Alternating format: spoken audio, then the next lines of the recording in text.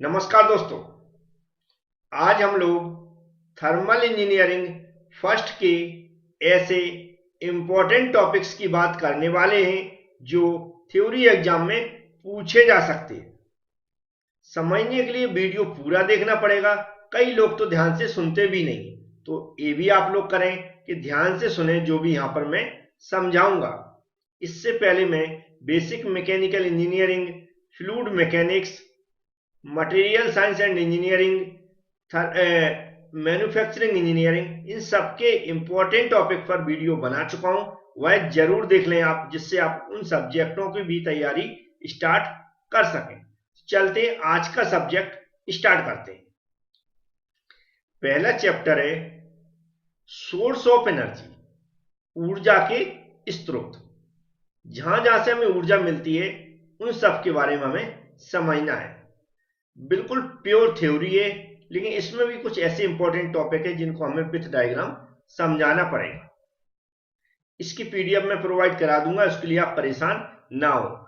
इसको आप एक दिन पहले भी पढ़ेंगे तो भी ये चैप्टर आपसे बन जाएगा। क्या समझ में आया? एक दिन पहले भी पढ़ेंगे इस चैप्टर को तो भी आपसे बन जाएगा, क्योंकि इसको पढ़ना है, समझना है और लिखकर आना है। नॉर्मली जो रोज आपके साथ जहां जहां से एनर्जी मिल रही है सिर्फ उसी के बारे में लिखना है, इसलिए आप इस चैप्टर को जल्दी से कवर कर पाएंगे। लेकिन जो याद करना है वो यहां से याद करना है। सोलर लिखा, solar water heater, photovoltaic cell, ये दोनों आपको आईएमपी क्वेश्चन में लिख लेना है। यहां पर लिखा फ्लैट प्लेट और कॉन्सेंट्रेटिंग कलेक्टर्स। ये थोड़े से आपको विथ डायग्राम याद कर लेना है। जहां जहां मैंने हाईलाइट कर लिया है ये टॉपिक आपको विथ डायग्राम याद कर लेना है। बकाया इसमें पूरा का पूरा ऐसा मटेरियल है जो आपको एक बार पढ़ना है और लिखकर आना है, यदि पूछा जाता है, क्योंकि पूछा तो जाएगा ही सोर्स ऑफ एनर्जी से।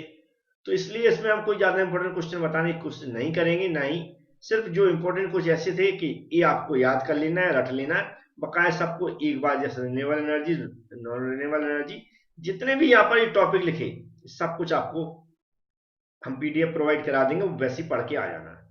बकाया जो हाईलाइट कर दिए वो आपको याद कर लेना है। तो इस चैप्टर पर मैं ज्यादा डिस्कशन नहीं कर रहा हूँ, बिल्कुल सिंपल चैप्टर है ना। और इसको अच्छे से पढ़ लें और नॉर्मली क्वेश्चन पूछ आएंगे, वो थ्योरी टाइप से लिखकर आ सकते हैं। कई स्टूडेंट ऐसे होंगे जो इसके बारे में पढ़ेंगे भी नहीं तो भी आप लिखकर आ सकते हैं, लेकिन जो मैंने हाईलाइट किए उन टॉपिक को छोड़कर। तो जो हाईलाइट किए मैंने, ए वाला यहां पर दिख रहा होगा, और ए और हमारा ए और ए, ये चार टॉपिक आपको याद करना होंगे, तो इसको कर लें। अब चलेंगे इसका सेकंड चैप्टर देखेंगे। तो नेक्स्ट चैप्टर है सेकंड नंबर का, इंटरनल कंबस्शन इंजन। यहां से थोड़ी हमें मेहनत करना स्टार्ट करना। मैं फिर से बता रहा हूं कि आपको 3 यूनिट, कितनी 3 यूनिट तैयार कर लेना है, ऐसे कि आप अच्छे से पास हो जाएं, आपको कोई फेल होना हो सके, कर सके मतलब। और 4 यूनिट अगर आप तैयार कर लेते हैं तो आपका पूरा 70 मार्क्स का क्वेश्चन फंस जाएगा। इस तरह तैयार करें। कभी भी आपको कोई टॉपिक ऐसा लगता है या फिर आपके पास पढ़ने के लिए मटेरियल नहीं है, तो मैं पहले ही बता चुका हूं, हमारी एबी क्लास एप्लीकेशन है। डिस्क्रिप्शन बॉक्स जो नीचे दिख रहा होगा, वीडियो देख रहा है, ऐसा मोर लिखा दिख जाएगा, वीडियो के नीचे आप देखेंगे तो ऐसा डॉट डॉट लिखा होगा, इस पर आप क्लिक कर देंगे तो पूरा डिस्क्रिप्शन बॉक्स ओपन हो जाएगा। और डिस्क्रिप्शन बॉक्स ओपन होते ही आपको स्टार्टिंग में ही एक वीडियो की लिंक मिल जाएगी, वहां लिखा होगा third same all subject PDF notes. तो उस पर क्लिक कर दें, उस वीडियो को पूरा देख लें और पूरी प्रोसेस आप समझ जाएंगे कि नोट्स कैसे प्राप्त होना, और वैसे ही प्रोसेस आपको कर लेना है एप्लीकेशन के लिए, तो मिल जाएगा। अब यहां पर हमें क्या करना है जी, देखो यहां पर लिखा है कार्नोट साइकिल, ऑटो साइकिल और डीजल साइकिल। हमें पढ़ना ही पड़ेगा तीनों के बारे में, क्योंकि ये मैकेनिकल जो हमारा है बेस सब्जेक्ट, उसके बेस टॉपिक है।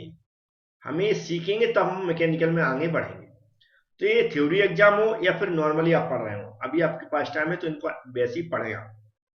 कार्नोट साइकिल क्या होती है, ऑटो साइकिल क्या होती है, डीजल साइकिल, इन तीनों टॉपिक को पढ़ना कैसे है, नॉर्मली इनका इंट्रोडक्शन समझ लें। इसकी एक साइकिल होती है, डायग्राम होते हैं, उस डायग्राम को समझ लें, और इसका पीवी और टीएस डायग्राम समझ लें।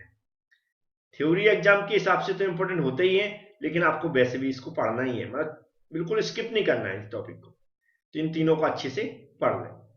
फिर आता है हमारा बहुत इंपॉर्टेंट टॉपिक एक और, इंटरनल कंबशन इंजन। ये जो इंटरनल कंबशन है इसको शॉर्ट में क्या बोलते हैं, आईसी इंजन। आईसी इंजन का मैंने एक वीडियो बनाया है आईसी इंजन के ऊपर, जिसमें आईसी इंजन और उसके पार्ट्स के बारे में समझाया। उस वीडियो का यदि आप पूरा देख लेते हैं तो इसका जो मैक्सिमम सिलेबस कवर हो जाएगा उसी से, क्योंकि उसके जो पार्ट्स हैं यहाँ पर उन्हीं के नाम उसने लिख दिए हैं, यहाँ पर बहुत सारे पार्ट्सों के नाम लिखे।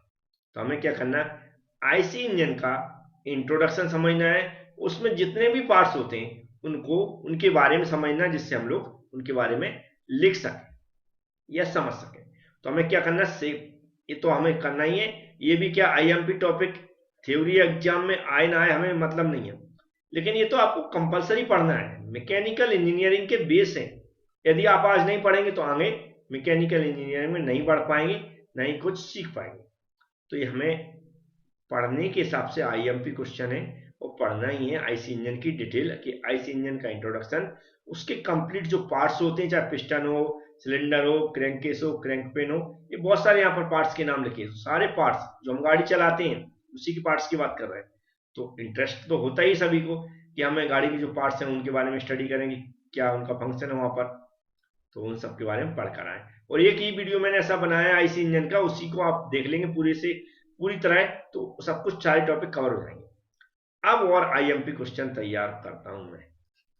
अब यहां पर आपको दिख रहा होगा वर्किंग लिख रहा है ना, ये लिखा working of 4 stroke and 2 stroke petrol and diesel engine. ये भी आपके लिए कंपलसरी है, पढ़ना है, याद करना। कैसा है, कंपलसरी है, पढ़ना और याद करना, क्योंकि हम लोग मैकेनिकल इंजीनियरिंग है। मैकेनिकल इंजीनियरिंग का मतलब हम ऑटोमोबाइल से जुड़ रहे हैं, ऑटोमोबाइल के बारे में जानना जरूरी है। तो 4 स्ट्रोक 2 स्ट्रोक ये सारे हमें अच्छे से करना। फिर लिखा कंपैरिजन, 2 स्ट्रोक एंड 4 स्ट्रोक में क्या अंतर होता है, कंपैरिजन बिटवीन सीआई और एसआई इंजन। अब यहाँ पर कुछ अब बैक में जाएंगे तो जो हम लोगों ने बेसिक मैकेनिकल इंजीनियरिंग पढ़ा हुआ है उसमें आईसी इंजन के बारे में हम लोग पढ़ चुके हैं, जैसे कि 2 स्ट्रोक 4 स्ट्रोक, इनके बीच में कंपैरिजन। तो वहां पर जो टॉपिक याद कर लिए उनका रिवीजन कर लें तो ऑलरेडी वो कवर हो जाएंगे।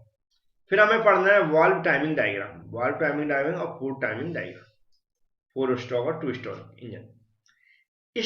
इस चैप्टर को हमें ऐसे याद करना है जैसे मतलब कंपलसरी हो, क्वेश्चन तो पूछा ही जाएगा, उसके बारे में तो लिखकर आना ही है। या तो 4 स्ट्रोक 2 स्ट्रोक का डिफरेंस पूछा जाता है, और हमारा क्या है एसआईसीआई इंजन में डिफरेंस पूछा जाएगा। इसके अलावा जो हमारा 4 स्ट्रोक पेट्रोल इंजन या डीजल इंजन एक्सप्लेन करने को आता है वो 4 स्ट्रोक के बारे में आएगा। 2 स्ट्रोक इंजन की चांस कम है। 4 स्ट्रोक जो इंजन यहाँ पर लिखा, 4 स्ट्रोक इंजन डीजल और पेट्रोल में से कोई एक पूछा जा सकता है। 2 स्ट्रोक की चांस कम है। बकाया आईसी इंजन उसके पार्ट्स में कुछ पूछा जा सकता है। ऊपर यहाँ पर कार्नोट डीजल साइकिल इंट्रोडक्शन या फिर पीवी और टीएस डायग्राम के बारे में पूछा जा सकता है। तो ये चैप्टर वैसे भी मैंने बताया बड़ा इंपॉर्टेंट है, आप इसकी स्टडी अच्छे से करें नॉलेज के लिए, क्योंकि नॉलेज जरूरी है, आगे मैकेनिकल इंजीनियरिंग में बढ़ना है तो इस चैप्टर की स्टडी करना कंपलसरी है। चलते हैं थर्ड चैप्टर देखते हैं। तो थर्ड चैप्टर है आईसी इंजन सिस्टम। ये एक ऐसा सब्जेक्ट है जिसको आपको बहुत सारा टाइम देना है, क्योंकि इस सब्जेक्ट से आपको बहुत सारी नॉलेज प्राप्त करना है ऑटोमोबाइल इंजीनियरिंग के बारे में। तो यहाँ पर जो अगर क्वेश्चन की बात करें तो जो हमारे कार्बोरेटर है उस पर क्वेश्चन पूछा जा सकता है। कार्बोरेटर के जितने भी क्वेश्चन बनते हो वो आईएमपी होते हैं, चाहे सिंपल कार्बोरेटर हो या यहाँ पर जो लिखा जेनिथ कार्बोरेटर्स। 2 कार्बोरेटर दिए, दोनों में से किसी पर पूछा जा सकता है। तो कार्बोरेटर वाले जो दोनों क्वेश्चन है इनको आईएमपी समझ के याद कर लें। क्या आईएमपी समझ कर याद कर लें, कौन से कार्बोरेटर की। फिर चलता है यहाँ पर हमारा कूलिंग सिस्टम, जो यहाँ पर लिखा कूलिंग सिस्टम। तो कूलिंग सिस्टम और एयर कूलिंग और वाटर कूलिंग, ये अच्छी कूलिंग सिस्टम क्या होता है नॉर्मली इंट्रोडक्शन, और एयर कूलिंग और वाटर कूलिंग दोनों तैयार करना। या एयर कूलिंग और वाटर कूलिंग दोनों तैयार करना। तो एयर कूलिंग और वाटर कूलिंग दोनों तैयार कर लें अच्छे से। इसके अलावा यहाँ पर आप देख सकते हैं और नीचे हम देखें तो जो हमारे एयर कूलिंग इग्निशन सिस्टम, लिखा ignition system, battery coil ignition system और मैग्नेटो इग्निशन सिस्टम, ये भी आईएमपी क्वेश्चनों में आ जाता है। तो इसको भी आप याद कर लें। जहां जहां मैं ऐसे हाईलाइट करते जा रहा हूं उनको आप अच्छे से नोट कर लें कि हमें ये टॉपिक याद करना है। इधर होगा कार्बोरेटर हो गया, मैंने बता दिया। इधर फिर कूलिंग सिस्टम हो गया, यहां पर मैंने हाईलाइट कर दिया है। फिर लुब्रिकेशन सिस्टम भी होगा, हाँ देखो यहां पर लुब्रिकेशन सिस्टम जी हो गया, लुब्रिकेशन सिस्टम। हम्म तो लुब्रिकेशन सिस्टम होगा। ये अगर 3-4 टॉपिक देखें, वेरी वेरी इंपॉर्टेंट होगा। कार्बोरेटर हो गया, कूलिंग सिस्टम हो गया, बैटरी इग्निशन सिस्टम हो गया दोनों, और लुब्रिकेशन सिस्टम हो गया। ये 4 तो वेरी वेरी इंपॉर्टेंट हैं। अब इसके अलावा यहां पर देखें तो super objective of super charging, super charging आपको दिख रहा है, ये भी आईएमपी में आ जाएगा। तो जो जो मैंने हाईलाइट किए सब आईएमपी क्वेश्चन हो गए। क्या होगा? आईएमपी क्वेश्चन हो गए, जो जो मैंने हाईलाइट कर दिए। इन इन चैप्टरों के या इन टॉपिकों पे क्वेश्चन पूछे जा सकते। इसके अलावा बहुत सारा यहाँ पर सिलेबस लिखा दिख रहा होगा, तो खासकर इन्हीं टॉपिक्सों से रिलेटेड है अंदर सिलेबस। कुछ टॉपिक हो सकता है एक आध नए हो, है ना, लेकिन इन टॉपिक को जो मैंने अभी हाईलाइट कर दिए, इनको तो आपको अच्छे से पढ़ लेना, बिल्कुल याद कर लेना, रट लेना। अब चलते हैं नेक्स्ट चैप्टर की बात करते हैं। तो ये चैप्टर है, इसको तो आप एकदम तैयारी करना है। क्या करना? आईएमपी चैप्टर मानता हूं मैं, क्योंकि ये बहुत सारे बच्चे जिनके न्यूमेरिकल स्ट्रांग है वो आप तैयार करें। इस चैप्टर के अंदर न्यूमेरिकल क्वेश्चन पूछे जाएंगे, यहाँ पर लिखा हुआ है न्यूमेरिकल क्वेश्चन पूछे जाएंगे। न्यूमेरिकल क्वेश्चन में सॉल्व करवा चुका हूँ, वीडियो इस पर डाल चुका हूँ, तो वीडियो आप जरूर देख लें। न्यूमेरिकल क्वेश्चन आप समझ जाएंगे, है ना। प्लेलिस्ट में मिल जाएगा, जो हमारी थर्मल इंजीनियरिंग फर्स्ट की प्लेलिस्ट है उसमें न्यूमेरिकल क्वेश्चन मिल जाएंगे। तो मैं करवा चुका हूँ, तो वह उतने न्यूमेरिकल कम से कम देख। अब इसमें थ्योरी कैसी पूछी जा सकती है और कौन सी पूछी जा सकती है? तो इंडिकेटेड पावर यह डिफाइन करने के लिए आ सकती है, और ब्रेक पावर डिफाइन वाला डेफिनेशन लिखिए विद फॉर्मूला, आपको समझाना है। तो 2 आ सकती हैं। इसके अलावा जो हमारी इसमें पूछी जाता है क्वेश्चन, उसमें ब्रेक जो थर्मल इफिशियंसी, जो इफिशियंसी पर पूछा जा सकता है। नॉर्मली इनकी छोटी छोटी डेफिनेशन, इसलिए परेशान ना हो। मैकेनिकल इफिशियंसी हो गई, तो इन पे ऐसी लाइन 1 2 3 4 5 ऐसे 5-6 टॉपिक लिखे होंगे, 4-5, और बोला जाएगा कि इन सबको एक्सप्लेन करिए या शॉर्ट नोट लिखिए। तो ये सारे आएंगे। जैसे अब यहाँ लगा मोस्ट टेस्ट क्या होता है, परफॉर्मेंस सीट है ना, ये नया क्वेश्चन है। परफॉर्मेंस सीट हो गया, हीट बैलेंस सीट हो गई, मोस्ट टेस्ट हो गया। तो ये ऐसे टॉपिक हैं जो शॉर्ट नोट लिखने को आ सकता है, मतलब डिफाइन करिए, समझाइए, और न्यूमेरिकल आपको समझ लेना। जो यहाँ पर कुछ डेफिनेशन तो ऐसी हैं, जब आप न्यूमेरिकल के लिए फॉर्मूला याद करेंगे तो वो डेफिनेशन वैसे ही याद हो जाए। इतना सरल सब्जेक्ट, इतना सरल मतलब चैप्टर है, बहुत सरल, कि जो आप ब्रेक, थर्मल, इंडिकेटेड पावर, ये सब कुछ फॉर्मूले बेस है। फॉर्मूला याद होगा तो आप इनको डिफाइन भी कर पाएंगे और न्यूमेरिकल भी सॉल्व कर पाएंगे।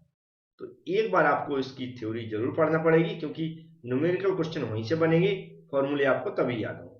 जो भी डेफिनेशन है डायरेक्ट फॉर्मूले बेस है, इसलिए आप जो भी इसमें डेफिनेशन बनती है, चाहे ब्रेक पावर हो या इंडिकेटर पावर हो या इनकी इफिशियंसी हो या फिर मैकेनिकल इफिशियंसी हो, या फिर यहाँ पर दिख रहा है, लेकिन ये थ्योरी थोड़ी सी अलग हो जाती है। इस परफॉर्मेंस शीट क्या होती है, मोस्ट टेस्ट क्या होता है, हीट बैलेंस शीट क्या होती है, ये 3 टॉपिक थोड़ा सा अलग हो जाते हैं। तो इनकी भी मैंने थ्योरी प्रोवाइड करा दी है, तो ये भी आपको पढ़ना है। मैं हाईलाइट कर दूं, ये थोड़ा अलग से पढ़ना है आपको, ये तीनों की थ्योरी। और बहुत सरल है, मतलब एक बार पढ़ेंगे तो आपको समझ में आ जाएगी। इतना भी नहीं है कि बहुत सारे टॉपिक हो रहे हैं, रटना है, ये करना वो करना, कुछ नहीं करना। सिर्फ अब एक बार अच्छे से पढ़ना है, मन लगा के, आपको समझ में आ जाएगा और आप लिख सकते हैं। बकाया मैं समझा चुका हूँ अदर के बारे में, तो आप पढ़ लेना। अब चलते हैं नेक्स्ट और लास्ट चैप्टर देखते हैं। अगर लास्ट चैप्टर हम देखें तो बहुत ही इंपॉर्टेंट चैप्टर है, नॉलेज के हिसाब से भी, और मैकेनिकल इंजीनियरिंग को इनके बारे में बहुत अच्छे से पढ़ना चाहिए। बहुत सारे ऐसे स्टूडेंट हैं जो चैनल को सब्सक्राइब नहीं करते हैं, तो पहले तो आप चैनल को सब्सक्राइब कर लें, बेल आइकन पर क्लिक कर लें, क्योंकि आप लोग समझते हैं 3rd सेमेस्टर में अभी और 6th सेमेस्टर तक तुम्हारा साथ चलना है। चैनल सब्सक्राइब नहीं किया, बेल आइकन पर क्लिक नहीं किया, तो वो तो स्किप हो जाएगा, फिर चैनल ढूंढते रहेंगे।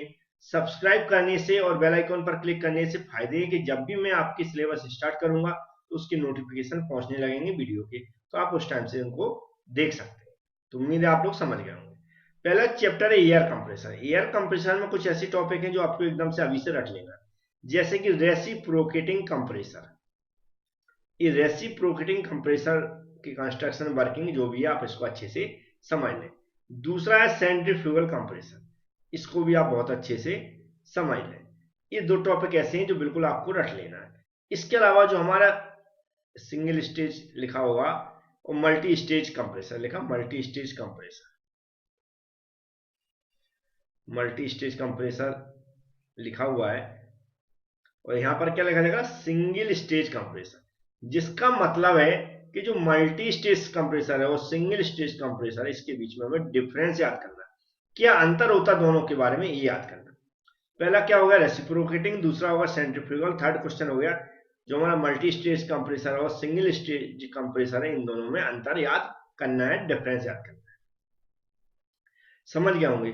तो कम से कम हमारे 3 क्वेश्चन इसके अंदर याद कर लें। बकाया तो आप जानते हैं एयर कंप्रेसर का इंट्रोडक्शन, क्लासिफिकेशन, टाइप्स, ये तो सभी लोग पढ़ते ही हैं, किसी भी चैप्टर का इंट्रोडक्शन सभी को पढ़ना ही है, तो उस पर पूछे आता तो बड़े आसानी से बन जाएगा।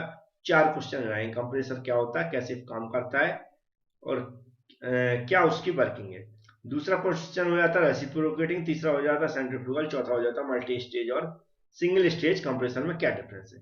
बकाया आपके पास टाइम है तो सब कुछ पढ़ के जाना ही है, लेकिन जहां पर ज्यादा ध्यान देना, जो रट के जाना, वो मैंने यहाँ पर बता दिए। पढ़ना सब है, याद रखें, कोई भी क्वेश्चन ऐसा ना हो या सिलेबस के अंदर टॉपिक जो आप पढ़ के ना जाए।